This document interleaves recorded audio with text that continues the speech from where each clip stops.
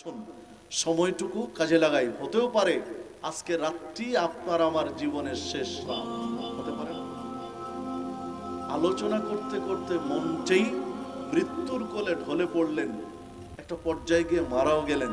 এই ঘটনা তো আপনাদের গাইবান্ধারই, মহিমাগঞ্জেরই, তাহলে তো বেশি দূরে না এখান থেকে। মহিমাগঞ্জেরই ঘটনা এটা, এবং এই শীতেরই ঘটনা এটা। এই শীতের না, এই সিজনেরই ঘটনা, বেশি দিনও হয়নি এখন। হতেও পারে আপনার আমার জীবনের শেষ রাতে। এইরূপ বৈঠকে উপস্থিত থাকলে, কোরআন এবং সুন্নাহর বৈঠকে উপস্থিত থাকলে যেটা বোঝা যায়, তিনি বৈঠকের শেষ পর্যায়ে আসমান থেকে একটা আওয়াজ আসে, যে আওয়াজটা আপনি আমি সাধারণত শুনতে পাই না। এটা আপনাকে আমাকে শোনানো সুযোগ দেয়নি।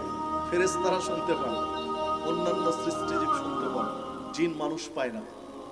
আওয়াজ আসে রবের পক্ষ থেকে, কুমু মাগফুরান লাকুম, এবার উঠো, দাঁড়াও। এই যে দীর্ঘ সময় বসে বসে তিনি আলোচনা শুনছেন, এই আহ্বান আসে যে এবার উঠো, কুমু, উঠো, দাঁড়াও, যাও, মাগফুরান লাকুম, তোমাদের পাপগুলো ক্ষমা হয়ে গেছে।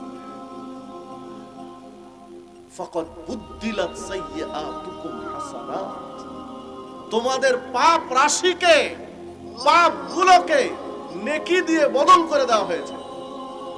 সুবহানাল্লাহ, আল্লাহু আকবার।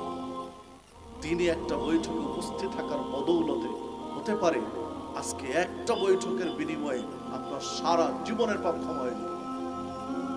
সারা জীবনের পাপগুলো নেকি দিয়ে বদল হয়ে যেতে